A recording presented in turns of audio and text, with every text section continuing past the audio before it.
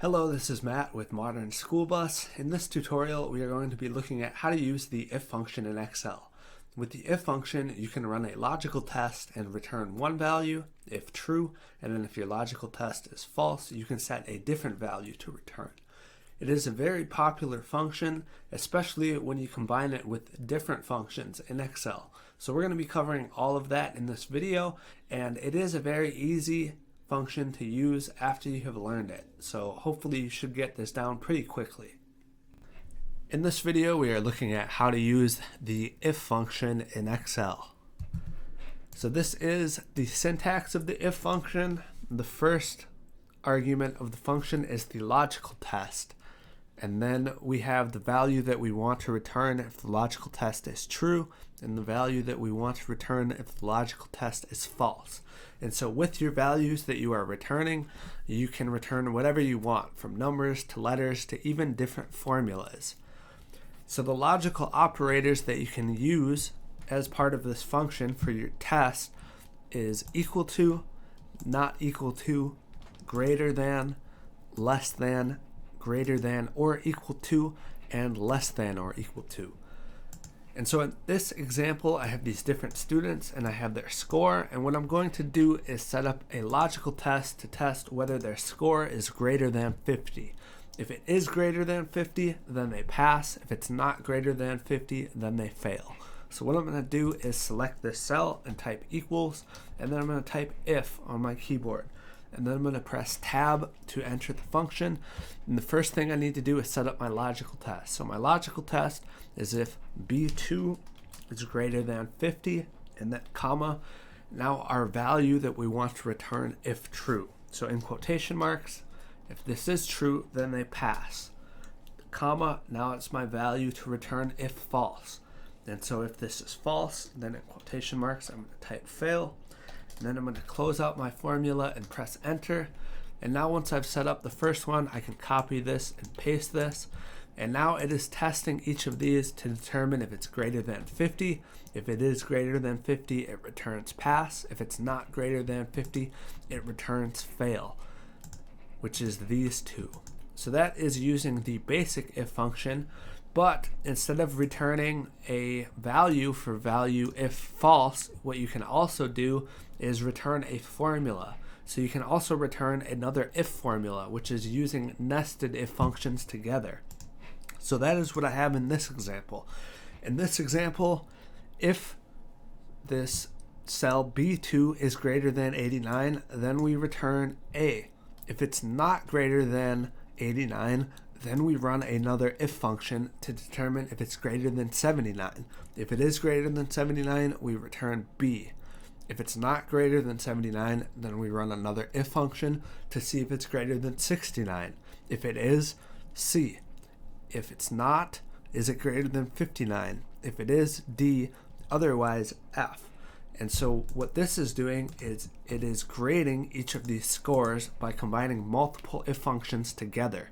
So this is very useful if you have a bunch of different things that you want to test for and you want to assign a value for each of those tests. You can also use the if function in combination with other logical functions like and, or not. And so here what I'm going to do is I'm going to use if in combination with and to determine if the value is between 70 and 85. So what I'm going to do equals if, and then we're going to do and. And so what and does is it's just like the if function, except you have two logical tests, and your value, if true, won't be returned unless both tests are true. So we're going to do and then we're going to do this cell is greater than 70, and this cell is less than 85. And then what we're going to do is yes if both of those conditions are met. If they are not met, we are going to return no.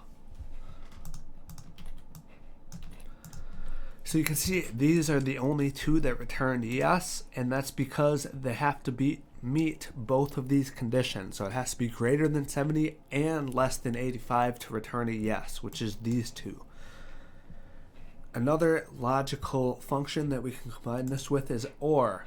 What OR does is similar to AND. There's going to be two conditions that we're testing for this time.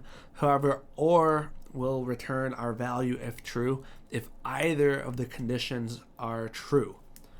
So what I'm going to do is if, and then we're going to do OR.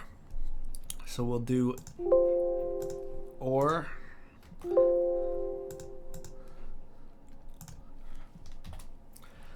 and then our first condition that we're testing for is if this is equal to Tony or A2 is equal to Lindsay. I want to make sure I have these in quotation marks. And then if either of these is true, we're going to return a fail this time. Otherwise, we return a pass.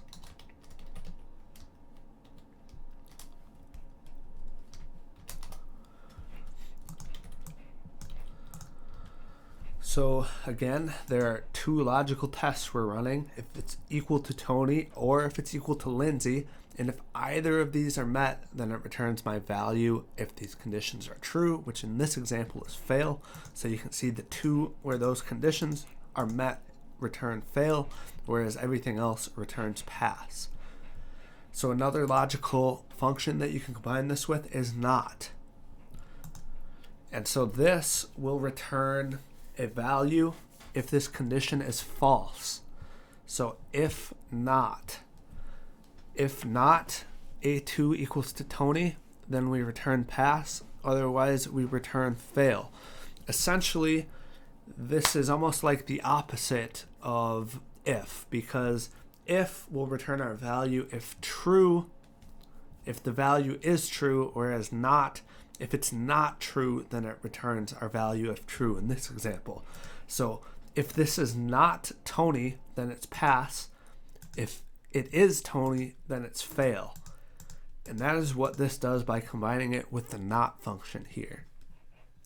And so those are just a few different ways that you can use the if function in Excel. That is it for this video. As always, if you have any questions, just let me know in the comments. Thank you for watching the video. If you haven't already, make sure to hit that subscribe button. I'm also going to place a link in the description of the video where you can subscribe to my email newsletter to get free updates and lessons sent straight to your email. Let me know if you have any questions or comments.